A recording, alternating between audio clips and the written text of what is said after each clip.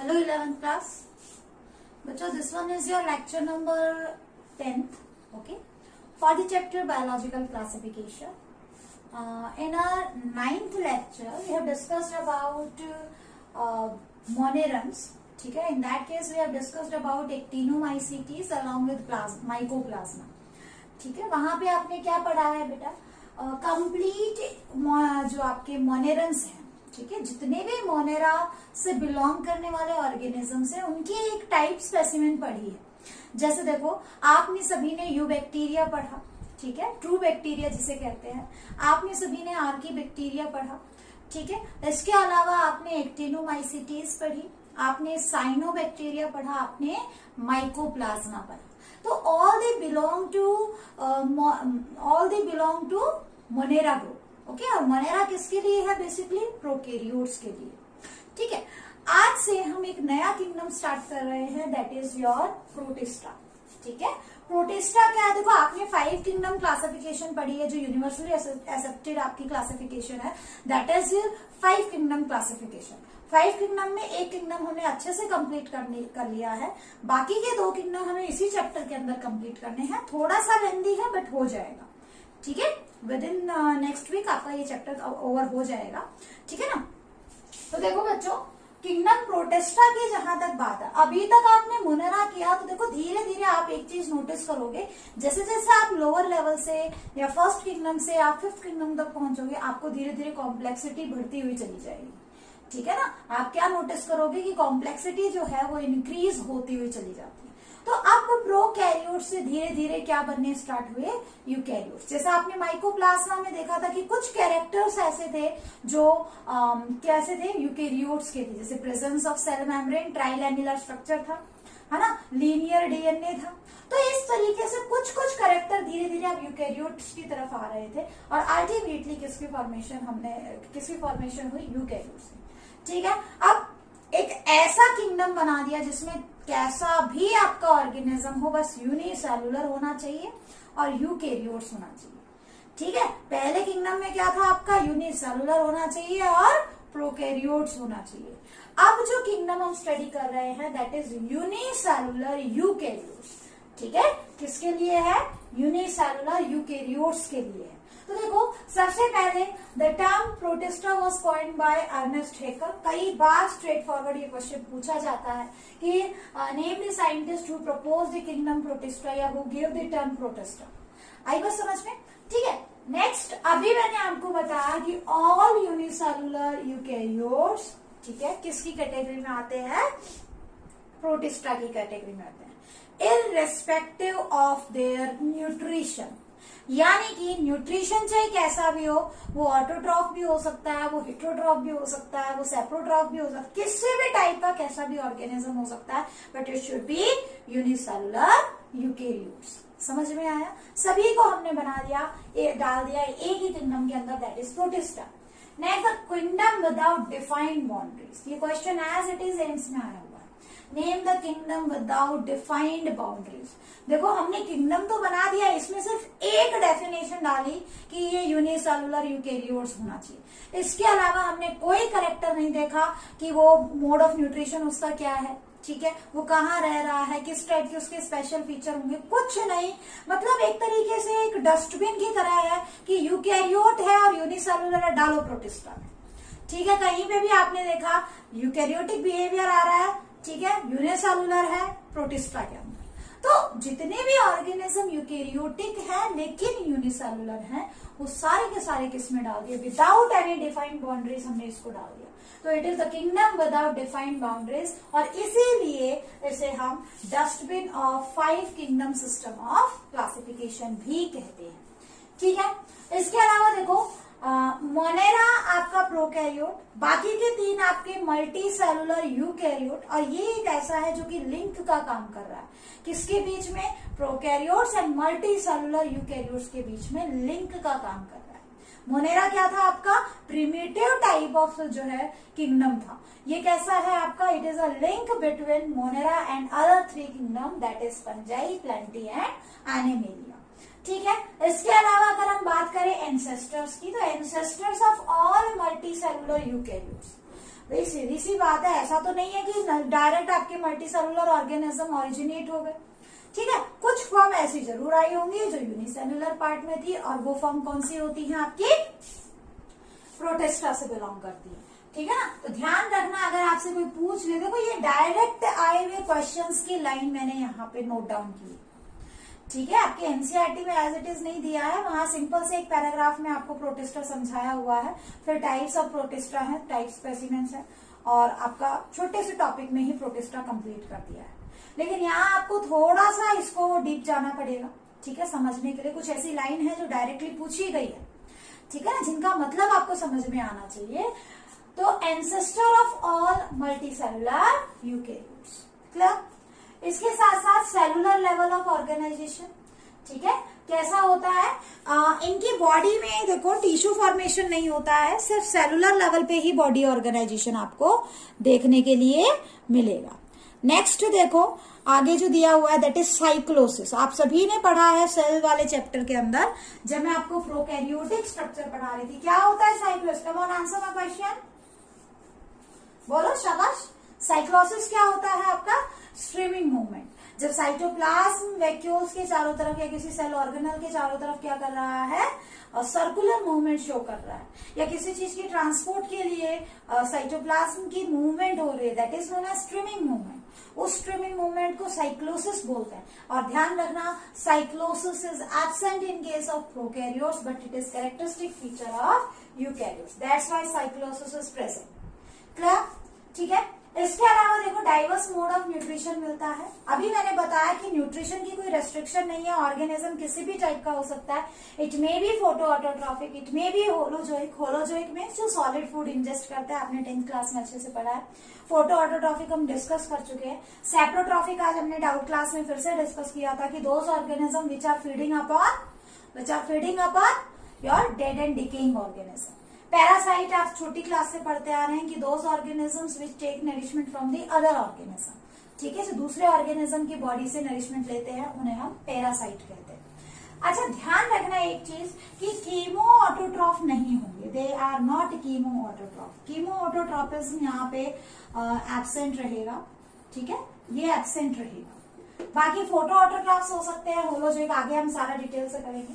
जहां तक बात है रिप्रोडक्शन की, ठीक है, तो देखो अभी तक आपने प्रोकैरियोटिक सेल में पढ़ा है कि रिप्रोडक्शन कैसा होता है। प्रोकैरियोटिक सेल के अंदर they may show asexual mode of reproduction and they may show parasexual mode of reproduction. अभी तक आपने प्रोकैरियोट्स में पैरासेक्सुअल पढ़ा है। धीरे धीरे यानी कि सेक्सुअल रिप्रोडक्शन की डेवलपमेंट हो रही थी। These were the first organism to show sexual mode of reproduction. इससे पहले के ऑर्गेनिज्म जो भी हैं, इससे पहले यानी कि इससे पहले जो ऑरिजिनेट हुए थे, उनके अंदर बेसिकली किस टाइप का नरिशमेंट मिल रहा है, किस टाइप का न्यूट्रिशन मिल रहा है, किस टाइप का रिप्रोडक्शन हो रहा है, एसेक्सुअल मोड ऑफ रिप्रोडक्शन या पैरासेक्सुअल में आपको पहले ही एक्सप्लेन कर चुकी हूँ। ठीक है, तो यहाँ पे सेक्सुअल मोड ऑफ रिप्रोडक्शन भी मिलेगा and it was the first time evolve system type of reproduction. ठीक है, जहां तक बात है लोकोमोशन की, ठीक है, लोकोमोशन ये ऐसे ऑर्गेनिज्म है जो लोकोमोशन शो करते हैं। ठीक है ना, तो लोकोमोशन के लिए इनके अंदर वेराइटी ऑफ स्ट्रक्चर्स आपको देखने के लिए मिलेंगे। ठीक है, जैसे कि they may have cilia, they may have flagella. ठीक है, उनके अंदर सीलिया मिल सकते हैं, फ्लैजिला मिल सकते हैं, और कुछ ऐसी फॉर्म भी है जहाँ पे आपको क्या दिखाई देगा, क्या क्या बताया मैंने, सीलिया मिल सकता है। जैसे कि एग्जाम्पल आप ले सकते हो यहाँ पे पैरामीशियम। ठीक है, इसके अलावा आपको फ्लैजिला मिल सकता है, जैसे कि एग्जाम्पल में आप ले सकते हो यूग्लिना। ठीक है, इसके अलावा आपको और क्या देखने के लिए मिल सकता है, आपको सूडोपोडिया भी मिल सकता है। शाबाश, ये तो आपने पढ़ा हुआ है। कहाँ, किसके अंदर पढ़ा है आपने सूडोपोडिया? अमीबा के अंदर। क्या होते हैं सूडोपोडिया? फॉस्फेट की फॉर्मेशन हो जाना। ठीक है, तो इस तरीके से लोकोमोशन के लिए वेराइटी ऑफ ऑर्गन्स इनके अंदर मिलते हैं, ये आसानी से मूव कर सकते हैं। ठीक है ना, अब देखो जो इम्पोर्टेंट है कि अगर हम न्यूट्रिशन को अपना बेस मान के चले, क्योंकि ऑब्वियसली इनको पढ़ना है, तो अभी तक हमने कोई रेस्ट्रिक्टेड बाउंड्री नहीं रखी। ठीक है, किसी भी टाइप की कैसे भी ऑर्गेनिज्म हो सकते हैं। तो देखो यहाँ पे basically on the basis of nutrition, ठीक है, on the basis of nutrition. They may be of 3 different types. ठीक है, इनकी 3 अलग अलग टाइप हो सकती है बच्चों। पहली है अगर ये autotrophic mode of nutrition show कर रहा है। ठीक है, पहली है अगर ये autotrophic mode of nutrition show कर रहे हैं, दैट इज ऑटोट्रॉप्स। ठीक है, आई बात समझ में, ऑटोट्रॉप्स। और अगर ये ऑटोट्रॉप्स है तो ऑब्वियसली क्या करेंगे, photosynthetic mode of nutrition show करेंगे, यानी कि फोटोसिंथेटिक ऑर्गेनिजम्स रहेंगे। समझ में आया? ठीक है, तो दे मे बी फोटोसिंथेटिक। बच्चों दिख रहा है कि नहीं, मुझे पर चेक कर लेने दो। अब सही है, फोटोसिंथेटिक ऑर्गेनिजम्स। ठीक है, फोटोसिंथेटिक ऑर्गेनिजम्स बाय नेम पता चल रहा है कि they will perform photosynthesis. Okay, तो यहाँ पे बेसिकली आप जो एग्जांपल पढ़ेंगे वो किस किस का पढ़ेंगे, आप यहाँ पे डाइनोफ्लैजिलेट्स पढ़ेंगे। आगे हम डिटेल से पढ़ेंगे कि डाइनोफ्लैजिलेट्स क्या होते हैं। आप यहाँ पे डायटम्स पढ़ेंगे। ठीक है, आप यहाँ पे यूग्लिनॉइड्स पढ़ेंगे।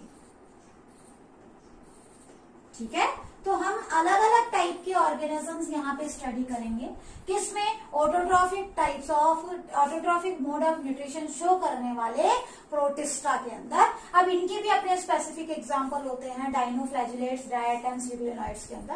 काफी बड़ा बड़ा है, आपको डीपली पढ़ना है, एनसीईआरटी में भी डीपली आपको दिया हुआ है। ठीक है, नेक्स्ट है आपके कंज्यूमर्स। अभी तक तो वो खाना बना रहे थे, अब क्या करते हैं, दे आर कंज्यूमर्स। ठीक है, कंज्यूमर्स है, इसका मतलब डिकम्पोजिशन भी शो कर सकते हैं, तो दे मे बी कंज्यूमर और डिकम्पोजर्स ऑर्गेनिज्म। ठीक है, आप इनको क्या बोलेंगे, कौन सी कैटेगरी में डालेंगे, decomposer organism. Decomposer organism, clear? ठीक है, जो डिकम्पोजर ऑर्गेनिज्म है, यहाँ पे बेसिकली आप स्लाइम मोल्ड्स की बात करेंगे। ठीक है, लेकिन स्लाइम मोल्ड्स में भी आप 2 टाइप के स्लाइम मोल्ड्स पढ़ेंगे। एक तो आप पढ़ेंगे सेलुलर स्लाइम मोल्ड्स, क्या होते हैं हम आगे डिस्कस करेंगे। ठीक है, और एक आप पढ़ेंगे ए सेलुलर स्लाइम मोल्ड्स। एनसीईआरटी में खाली स्लाइम मोल्ड्स दिया हुआ है, आपको दोनों पढ़ना है क्योंकि यहां से क्वेश्चन आए हुए हैं। ठीक है, third type of nutrition that you will observe in case of protist, that is protozoans. ठीक है, प्रोटोजोन्स।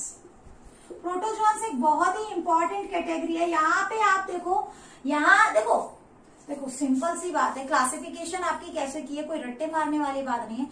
अगर आपका प्रोटिस्ट क्या है, प्लांट वाले बिहेवियर शो कर रहा है, यानी कि autotrophic mode of nutrition show कर रहा है, आप डालोगे इस कैटेगरी में।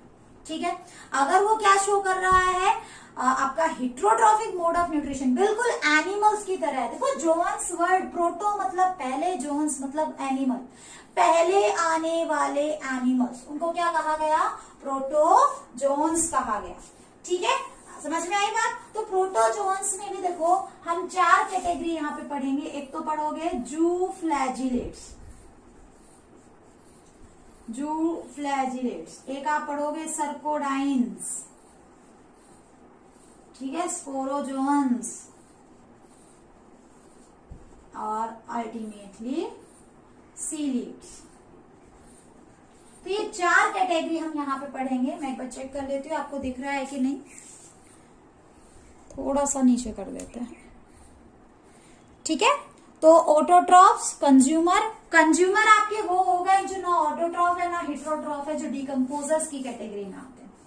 ठीक है, तो इस तरीके से आपसे कोई बाय क्लासिफिकेशन पूछ ले, जैसे क्वेश्चन क्या है, एक बार घुमा के क्वेश्चन दिया गया कि एनिमल लाइक प्रोटोजोन्स आर, और आपके पास ऑप्शन में 3 तो ये थे और एक ऑप्शन में आपका ये था। ठीक है ना, तो देखो आपने जो है बहुत ही स्ट्रिक्टली इन सब चीजों को याद करना है। ठीक है ना, तो this is main classification that we will follow to understand the whole your kingdom. ठीक है, अब स्टार्ट करते हैं आपका डाइनोफ्लैजिलेट से। कोशिश करूंगी कि आज आपका डायटम्स और यूरेनाइट्स में भी जाए, लेकिन बहुत ही मुश्किल है क्योंकि आज आपको सिंपल कैरेक्टरिस्टिक्स भी पढ़ाने थे मुझे, ठीक है ना। तो कोशिश करेंगे कि एटलीस्ट कम से कम आपका डायनोफ्लैजिलेट्स यहाँ पे कंप्लीट हो जाए, ठीक है।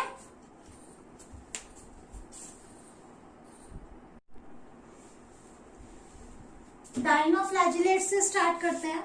These are known as the whole complete part is defined as photosynthetic organism, ठीक है। अभी हमने न्यूट्रिशन के बेस पे जो क्लासिफिकेशन किया था उसमें हमने देखा कि फर्स्ट टाइप जो है दैट इज फोटोसिंथेटिक प्रोटिस्ट, यानी कि ऐसे प्रोटिस्ट जो basically autotrophic mode of nutrition show कर रहे हैं। अब इनमें भी क्या है, आप इसको प्रोटिस्टियन एल्गी भी बोल सकते हो, क्योंकि जनरली एल्गी क्या है, आप एक ऐसी टर्म है जो आप प्लांट से रिलेट कर रहे हो। सिंपलेस्ट टाइप ऑफ प्लांट को हम एल्गी कहते हैं, ठीक है। आगे हम पढ़ेंगे एल्गी के बारे में। तो आप इसको ऐसा कह सकते हो कि प्रोटिस्ट में एल्गी वाला बिहेवियर कौन शो कर रहा है। तो वन टर्म में अगर हम इस पूरे कंप्लीट डिवीजन को एक्सप्लेन करना चाहें तो दैट इज प्रोटिस्टन एल्गी, ठीक है। अब देखो इसमें भी हमने पढ़ा कि हम 3 टाइप्स पढ़ेंगे, डायनोफ्लैजिलेट्स, डायटम्स एंड यूग्लिनॉइड्स। तीनों में थोड़ा थोड़ा डिफरेंस है, ठीक है। देखते हैं क्या डिफरेंस है। The first one are dinoflagellates. इनको हम basically golden brown photosynthetic protist कहेंगे, ठीक है। इनका कलर जो है लगभग गोल्डन ब्राउन है, that's why golden brown photosynthesis show कर रहे हैं प्रोटिस्ट। ऐसा नहीं है सिर्फ यही गोल्डन ब्राउन में आते हैं, इसके बाद आप जब डायटम्स पढ़ेंगे तो वहां पे भी आप पढ़ेंगे। तो जनरली हम दोनों को मिला के, डायटम्स और डायनोफ्लैजिलेट्स दोनों को मिला के हम गोल्डन ब्राउन एल्गी बोलते हैं।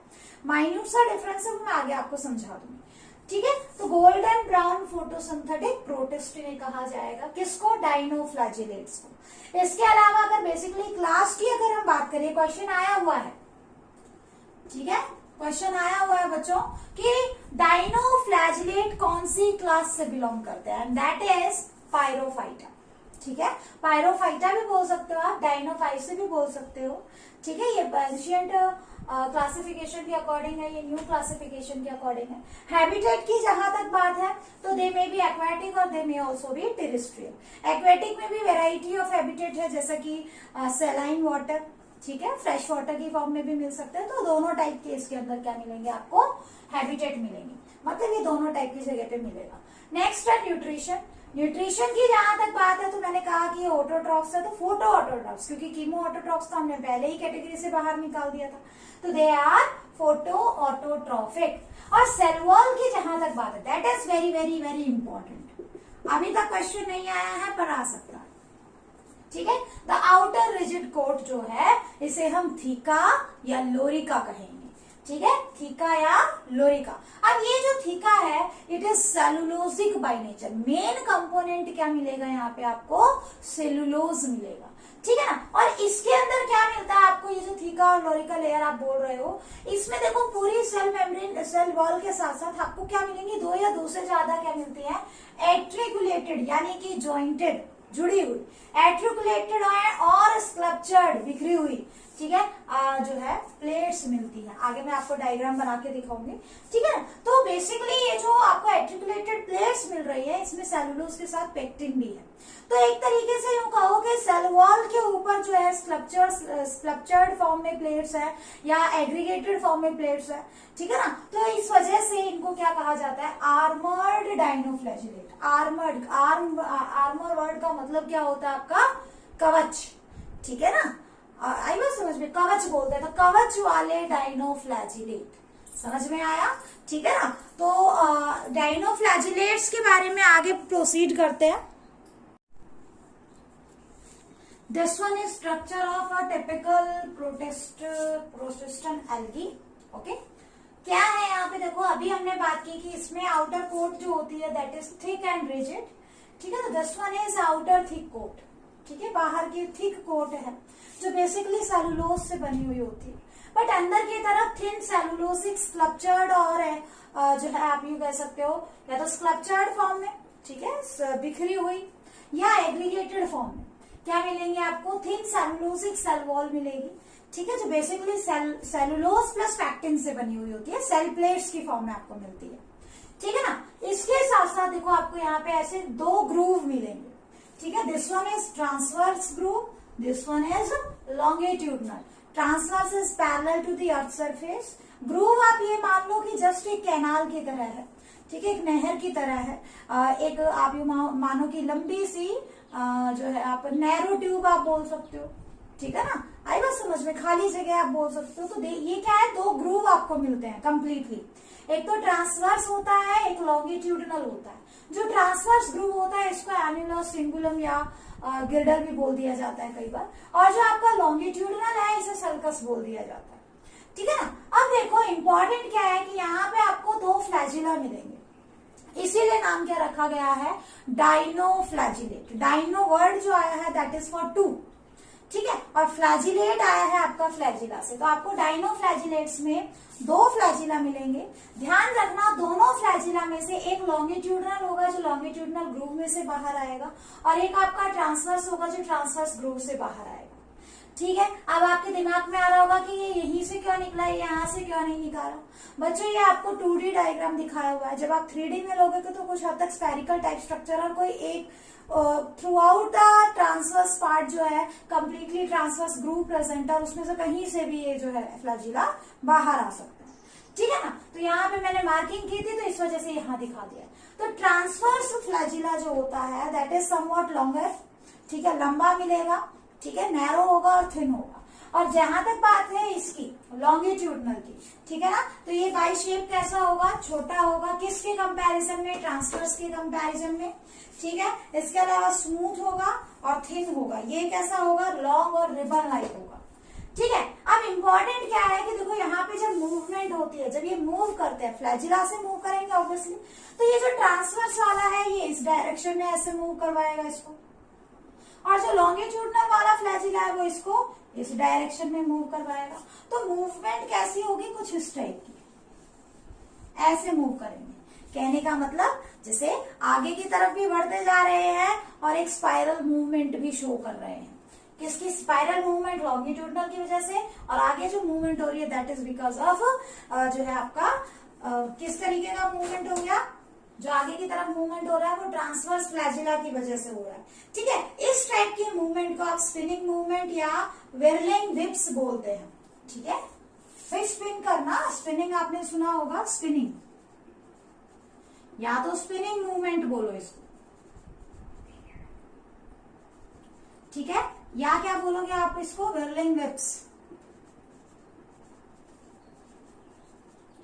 समझ में आया। तो ध्यान रखना डाइनोफ्लैजिलेट्स किस तरीके से मूव करते हैं, ठीक है ना, आई बात समझ में। जहां तक बात है पिगमेंट्स की, पिगमेंट्स की जहां तक बात है तो देखो इनमें वैरायटी ऑफ पिगमेंट्स आपको देखने के लिए मिलेंगे। You will see different variety of pigments, that is chlorophyll A, chlorophyll C, chlorophyll A, chlorophyll C, ठीक है। ये तो हो गई बेसिक टाइप आपकी क्लोरोफिल की, किसके अंदर, फोटो, क्योंकि ऑब्वियसली फोटोसिंथेटिक है तो क्लोरोफिल तो मिलेगा ही मिलेगा, ठीक है ना। तो पिगमेंट की जहां तक बात है, पिगमेंट में आपको क्या क्या मिलेगा, क्लोरोफिल ए मिलेगा, क्लोरोफिल सी मिलेगा, अल्फा एंड बीटा कैरोटीन मिलेंगे, ठीक है। इसके अलावा जेंथोफिल मिलेगा। लेकिन यहाँ पे एक इम्पॉर्टेंट चीज क्या है, एक इम्पॉर्टेंट चीज क्या है, जैसे अभी मैंने बताया alpha and beta carotene, xanthophylls.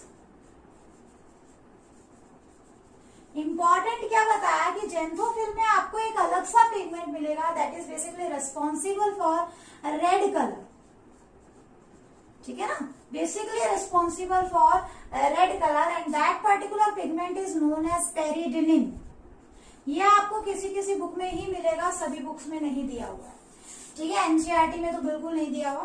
पेरिडिनिन जो पिगमेंट है that is red in colour, ठीक है, जिसकी वजह से कुछ ऐसी ऑर्गेनिजम्स हैं जैसे गोनायोलेक्स है, आगे हम पढ़ेंगे जब इकोनॉमिक्स इंपॉर्टेंस करेंगे। गोनायोलेक्स ऐसे प्रोटिस्ट हैं जो इतने अबंडेंट अमाउंट में ग्रो करते हैं कि ऐसा लगता है कि जो टाइड है वो पूरी की पूरी रेड कलर की हो गई, इतनी फास्ट रिप्रोडक्शन शो करते हैं, सारा सब कुछ लाल ही लाल दिखाई देगा समुद्र के अंदर, ठीक है। तो रेड टाइड ऑफ सी, किसकी वजह से होता है, गोनायोलेक्स की वजह से होता है, इसको हम आगे स्टडी करेंगे। ठीक है, तो वो पिगमेंट कौन सा होता है जो बेसिकली रेड कलर के लिए रेस्पॉन्सिबल होता है, दैट इज पेरिडिनिन। समझ में आया? ठीक है ना। इसके अलावा देखो बच्चों, अगर हम रिजर्व फूड की बात करें तो carbohydrates, reserve food, reserve food की जहां तक बात हो तो they may have carbohydrates along with oil. ठीक है, ऑयल कंटेंट होगा, ऑयल की ड्रॉपलेट्स हो सकती है, ठीक है, प्लस कार्बोहाइड्रेट रहेगा। वैक्यूल की जहां तक बात है तो कॉन्ट्रेक्टाइल वैक्यूल यहाँ पे अवेलेबल होता है। ठीक है, कॉन्ट्रेक्टाइल वैक्यूल इज प्रेजेंट, और इसको प्यूस्यूल भी बोलते हैं। ठीक है, प्रेजेंट होगा और इसको क्या बोलते हैं, प्यूस्यूल। ठीक है ना, समझ में आई बात? ठीक है, प्यूस्यूल बोलते हैं। आई बात समझ में? तो कॉन्ट्रेक्टाइल वैक्यूल का बेसिकली रोल क्या होता है, ऑस्मो रेगुलेशन में होता है। ठीक है, इसके साथ साथ ये किस में हेल्प करता है, फ्लोटेशन में हेल्प करता है। कहाँ पे मिलेगा, जनरली हमें फ्लैजिला की बेस के पास मिलेगा, जहां फ्लैजिला अटैच्ड है उसके बेस के नजदीक मिलेगा। ठीक है ना, तो ये तो बात थी किसकी, इसके स्ट्रक्चर की। अब बात करते हैं जेनेटिक मटेरियल की। तो जेनेटिक मटेरियल में क्या मिलेगा आपको, यहाँ पे मीजोकैरियोन की कंडीशन मिलेगी। अब ये मीजोकैरियोन क्या है, ध्यान करो, मैंने जब आपको सेल वाला चैप्टर पढ़ाया था तब मैंने आपको पढ़ाया था कि कुछ तो क्या होते हैं, प्रोकैरियोट, कुछ क्या होते हैं, यूकैरियोट। ठीक है ना, कुछ तो प्रोकैरियोट होते हैं, कुछ यूकैरियोट होते हैं। लेकिन एक कंडीशन मैंने इनके बीच की बताई थी भाई, आप पढ़कर आए हो कि प्रोकैरियोट्स में क्या होता है, न्यूक्लियर मेम्ब्रेन एब्सेंट रहेगी, लेकिन जेनेटिक मटेरियल रहता है जिसको आप न्यूक्लियोइड बोलते हो, है ना। फिर आपने पढ़ा है कि जो यूकैरियोट होते हैं यहाँ पे आपको क्या मिलता है, न्यूक्लियर मेम्ब्रेन प्रेजेंट मिलेगी। अच्छा, यहाँ पे एक चीज आपने और नोटिस की थी कि यहाँ पे हिस्टोन प्रोटीन जो है दैट आर एब्सेंट। ठीक है, हिस्टोन प्रोटीन क्या है, एब्सेंट होता है। ठीक है ना, ये प्रोकैरियोट का बिहेवियर है। यूकैरियोट में आपको न्यूक्लियर मेम्ब्रेन मिलेगी, आपको हिस्टोन प्रोटीन मिलेंगे, ठीक है, और आपको आपका जेनेटिक मटेरियल मिलेगा। लेकिन एक कंडीशन और भी होती है, जहां पे हिस्टोन प्रोटीन तो अवेलेबल होते हैं लेकिन न्यूक्लियर मेम्ब्रेन एब्सेंट होती है। समझ में आ गया? ठीक है ना। नेक्स्ट देखो बेटा, अगर हम बात करें रिप्रोडक्शन की, ठीक है, तो रिप्रोडक्शन में बेसिकली क्या होगा, आपका दो टाइप का रिप्रोडक्शन ये शो करते हैं, जैसा कि हमने इसके जनरल कैरेक्टर्स में स्टडी किया था। ठीक है, the first one is a sexual mode of reproduction and the second one is sexual mode of reproduction. अब देखो, ध्यान देने वाली बात क्या है कि आपसे क्वेश्चन में पूछा जाएगा कि इनमें से भी मोस्टली कौन सा होता है। ठीक है, तो यू हैव टू रिमेम्बर, आपको याद रखना है कि इनमें से भी ज्यादा कौन सा मिलेगा आपको, ए सेक्सुअल रिप्रोडक्शन मिलेगा। ठीक है, अब ए सेक्सुअल रिप्रोडक्शन में जस्ट बाइनरी फिशन होता है। आप छोटी क्लास से पढ़ते आ रहे हो binary fission, that is splitting of parent body into two daughter cells. ठीक है, तो यहाँ पे देखो, जब बाइनरी फिशन होता है तो हम सभी को पता है एक क्या बनता है, ग्रुप की फॉर्मेशन होती है। ठीक है ना, इमेजिनेशन होती है और अल्टीमेटली ऑर्गेनिज्म दो पार्ट्स में स्प्लिट कर जाता है। ठीक है, प्लाज्मा मेम्ब्रेन अंदर की तरफ इमेजिनेट करती है दो पर्टिकुलर अपोजिट पोल से, और अल्टीमेटली वो एक दूसरे के साथ मर्ज कर जाते हैं और ऑर्गेनिज्म दो पार्ट्स में स्प्लिट हो जाता है। ठीक है, अब देखो, जो आपका ग्रूव जो फॉर्म करेगा वो किस एंगल से कर रहा है, हो सकता है कि वो ऑब्लिकली करे। कहने का मतलब, ऑर्गेनिज्म अगर ऑब्लिकली डिवाइड कर रहा है तो उसको क्या बोलोगे आप, ऑब्लिक बाइनरी फिशन, और इसमें से सबसे ज्यादा आपको ऑब्लिक ही मिलेगा। ठीक है, सबसे ज्यादा ऑब्लिक ही होता है।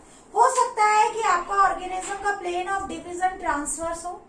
ठीक है, हो सकता है प्लेन ऑफ डिवीजन लॉन्गिट्यूडनल हो, तो ऑर्गेनिज्म यहाँ से दो ऐसे पार्ट में बटेगा। अगर प्लेन ऑफ डिवीजन ट्रांसवर्स है तो ऑर्गेनिज्म ऐसे स्प्लिट होगा, अगर ऑब्लिक है तो ऐसे। और इनमें से भी आपको ध्यान में रखना है मोस्टली कौन सा होता है, ऑब्लिक टाइप होता है। नेक्स्ट बात करते हैं सेक्सुअल मोड ऑफ रिप्रोडक्शन की। सेक्सुअल मोड ऑफ रिप्रोडक्शन में जैसा आपने 10th क्लास में पढ़ा कि गेमीट्स की फॉर्मेशन होती है। अब गेमीट्स क्या होता है वो मैंने आपको सेल डिवीजन वाले चैप्टर में बहुत अच्छे से करवाए हैं। Still if you have any doubt बेटा, feel free to ask any question in your doubt class. Okay, तो डाउट देखो यहाँ पे डाउट नहीं रहना चाहिए, gametes are haploid sex cells, ठीक है, which take part in sexual mode of reproduction.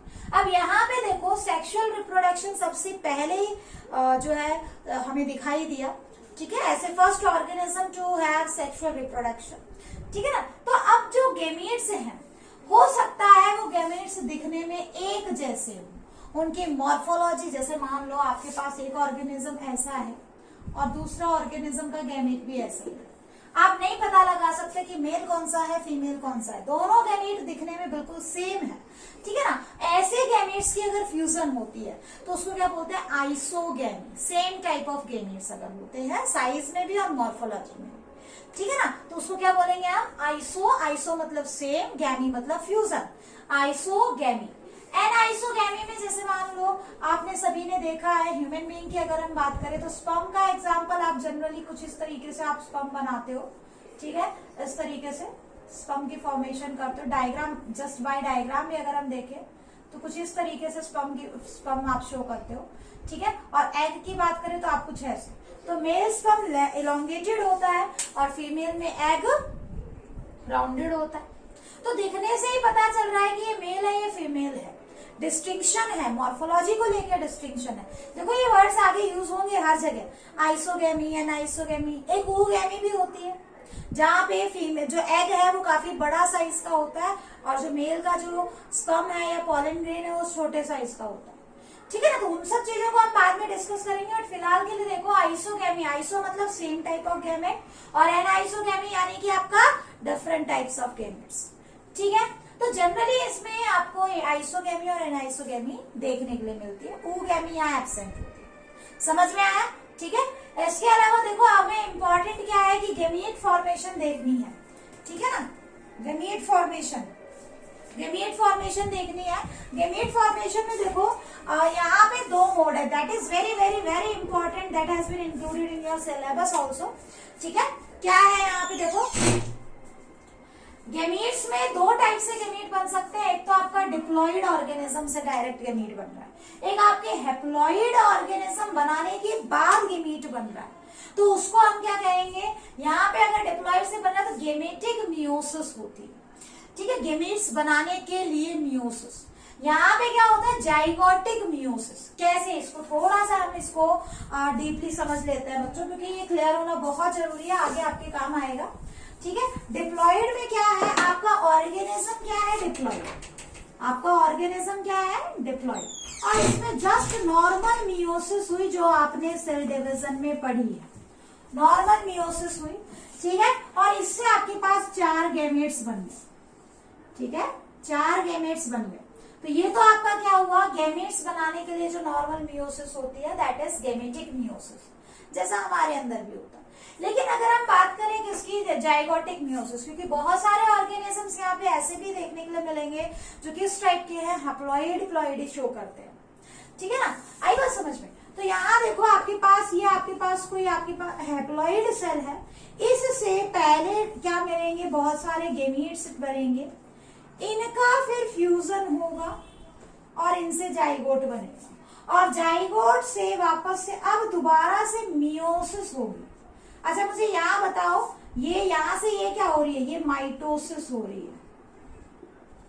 आप अब यूं कहोगे कि मैडम ये डायरेक्टली गैमीट का काम क्यों नहीं कर रहे बच्चों, अगर ये गैमीट का काम करेंगे, ठीक है, हालांकि ये डायरेक्टली अगर गैमीट का काम करेंगे तो वही सेम जो फ्यूजन होगा तो ऑब्वियसली 2n जाइगोट बनेगा, ठीक है ना। तो यहाँ से देखो आपका 2n से फिर आपके क्या बनते हैं, नेक्स्ट दूसरे हैप्लॉइड, मतलब बनेंगे तो आपके सारे के सारे 2n से ही, ठीक है। लेकिन ये पहले जो गैमीट है, गैमीट बन के जाइगोट बनाएंगे और जाइगोट बनने के बाद दोबारा से मियोसिस होती है। इस टाइप की मियोसिस, जाइगोट में अगर मियोसिस हो रही है तो उसको क्या कहोगे आप, जाइगोटिक मियोसिस। समझ में आया, इसको क्या कहेंगे आप, जाइगोटिक मियोसिस। अलग अलग एग्जाम्पल आप देखोगे यहाँ पे, जैसे जिम्नोडियम जो है आप डिप्लॉइड के अंदर देखोगे, और अगर हम बात करें किसकी, हैप्लॉइड में तो नॉक्टिल्यूका। समझ में आया। Next is your economic importance. देखो अब this one is last portion of dinoflagellates.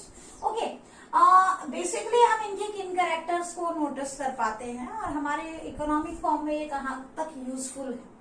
तो देखो कुछ एक ऐसे डायनोफ्लैजिलेट्स हैं which show a property of बायोल्यूमिनिस्केंस।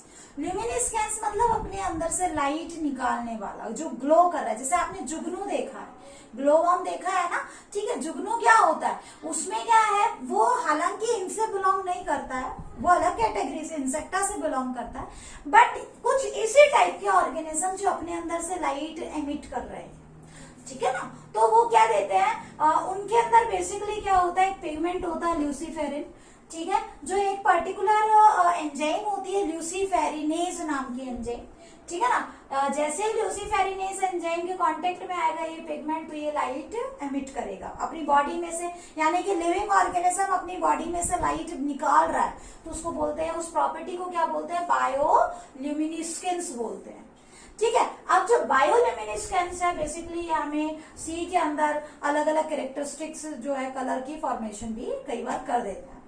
But the important thing is कि कई बार कैरेक्टरिस्टिक कलर इनके मेन पिगमेंट की वजह से भी हो सकती है। जैसा अभी थोड़ी देर पहले हमने पैराडिनिन के बारे में पढ़ा था। पैराडिनिन रेड कलर का पिगमेंट होता है, ठीक है, जो बेसिकली गोनायोलेक्स के अंदर, जिम्नोडियम के अंदर मिलेगा।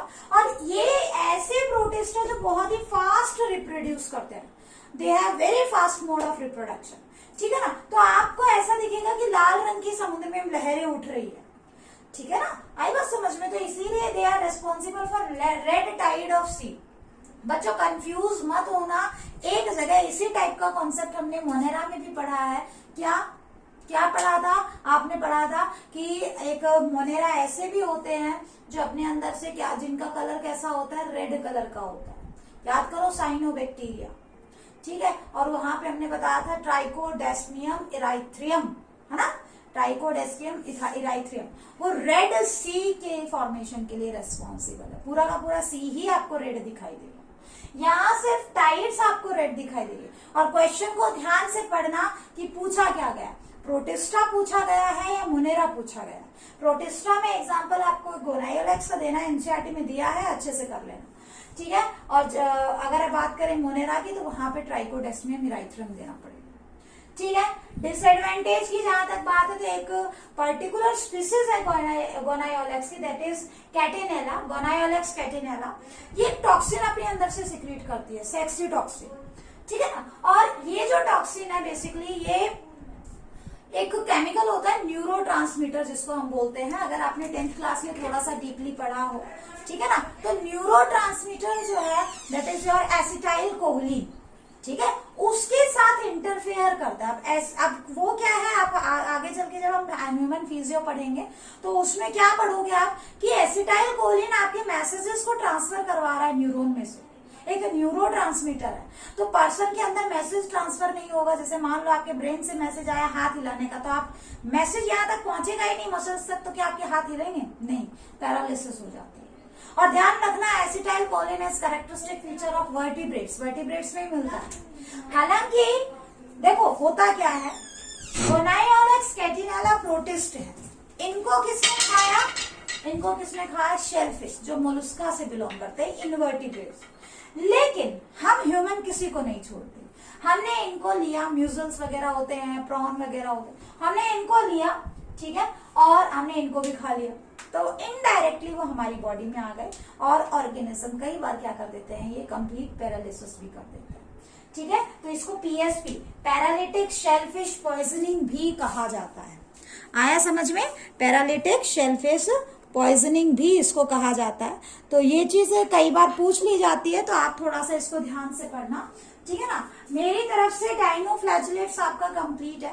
कल के लेक्चर में बच्चों आपको हम कंप्लीट करवा देंगे, प्रोटिस्टा कंप्लीट हो जाएगा। प्रोटिस्टा में बस आपको डायटम्स पढ़ना है, जैसा डायनोफ्लैजिलेट्स था कुछ इसी तरीके का, और एक आपको यूग्लिनॉइड्स पढ़नी है, ठीक है ना। तो कल के लेक्चर में आपको ये दोनों करवा देंगे। That's all for today's lecture.